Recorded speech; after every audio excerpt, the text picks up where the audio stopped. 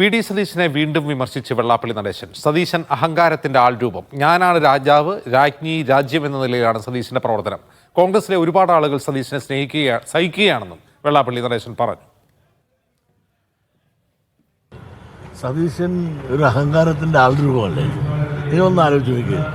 ഇപ്പോൾ KPCC president എന്തെങ്കിലും പറഞ്ഞാൽ ഉടനെ തന്നെ ആ മൈക്ക് മേടിച്ചിട്ട് സ്റ്റേജ് വെച്ച് തന്നെ അതിന് എതിര് പറയണത് ഞാൻ കേട്ടിട്ടുള്ളതാണ്.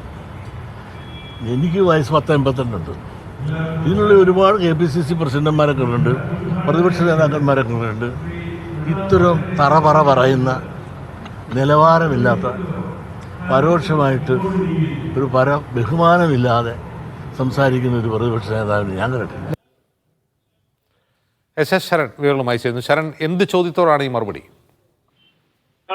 അതായത് കൊച്ചിയിലെ ഒരു പരിപാടിയിൽ SLDPയുടെ പരിപാടിയിൽ പങ്കെടുക്കാനായിട്ടാണ് വെള്ളാപ്പള്ളി നടേശൻ എത്തിയിരുന്നത്. അപ്പോൾ മാധ്യമങ്ങൾ പ്രധാനമായും തുടക്കത്തിൽ ചോദിച്ചത് ഈ NSSും രമേശ് ചെന്നിത്തലയും തമ്മിൽ അടുക്കുന്നതിനെ കുറിച്ചാണ്. അപ്പോൾ അതിൽ അദ്ദേഹം പറഞ്ഞു തുടങ്ങിയത് NSSും ചെന്നിത്തലയും തമ്മിൽ അണ്ണനും തമ്പിയാണ്, ഒരിക്കലും അത് തെറ്റാൻ പാടില്ല എന്നുള്ളതാണ്. പിന്നീട് സതീശനെ സംബന്ധിച്ചുള്ള ചോദ്യം, കഴിഞ്ഞ ദിവസം ഉന്നയിച്ച വിമർശനം നമുക്കറിയാം. വലിയ രീതിയിൽ തന്നെ അദ്ദേഹം പ്രതിപക്ഷ നേതാവായ VD സതീശനെ വിമർശിച്ചിരുന്നതാണ്. അതിനെക്കുറിച്ച് ചോദിച്ചപ്പോഴാണ് ഈ വിമർശനം തുടരുന്നു എന്നുള്ളതാണ് ശ്രദ്ധേയം. അതായത് സതീശൻ അഹങ്കാരത്തിന്റെ ആൾരൂപമാണെന്നുള്ളതാണ് വെള്ളാപ്പള്ളി നടേശൻ പറഞ്ഞിരിക്കുന്നത്. താൻ ഇതിനു മുമ്പ് ഒരുപാട് KPCC പ്രസിഡന്റുമാരെയും പ്രതിപക്ഷ നേതാക്കളെയും കണ്ടിട്ടുണ്ട്. പക്ഷെ ഇത്ര പറയുന്ന, ബഹുമാനമില്ലാതെ സംസാരിക്കുന്ന ആദ്യ പ്രതിപക്ഷ നേതാവാണ് VD സതീശൻ. ഞാനാണ് രാജാവ്, രാജ്ഞി, രാജ്യം എന്ന നിലയിലാണ് അദ്ദേഹം പ്രവർത്തിക്കുന്നത്.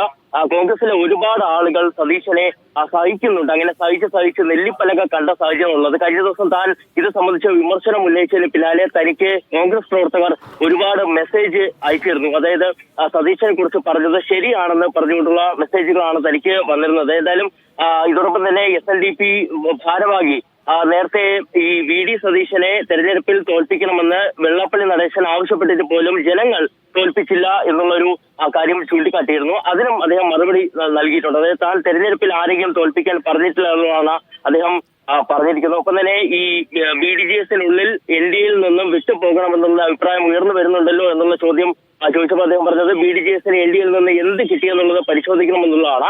ഇതോടൊപ്പം തന്നെയാണ് ഒന്നാം പിണറായി സർക്കാർ അടക്കമുള്ള, അതായത് രണ്ടാം പിണറായി സർക്കാരിന്റെ ഭരണം ഒന്നാം പിണറായി സർക്കാരിനെ പോലെ മെച്ചമല്ല എന്ന് അതിന്റെ ഉള്ളിൽ തന്നെ പറയുന്നൊരു സാഹചര്യമാണുള്ളത്. ഭരണത്തിന്റെ ഗ്രാഫ് താഴേക്ക് പോയിട്ടുണ്ട്, എന്നാൽ മുഖ്യമന്ത്രിയുടെ ഗ്രാഫ് താഴേക്ക് പോയെന്ന് താൻ പറയുന്നില്ല എന്നടക്കമുള്ള കാര്യങ്ങളാണ് ഇന്ന് അദ്ദേഹം പ്രതികരിച്ചത്. ശരി ശരൺ.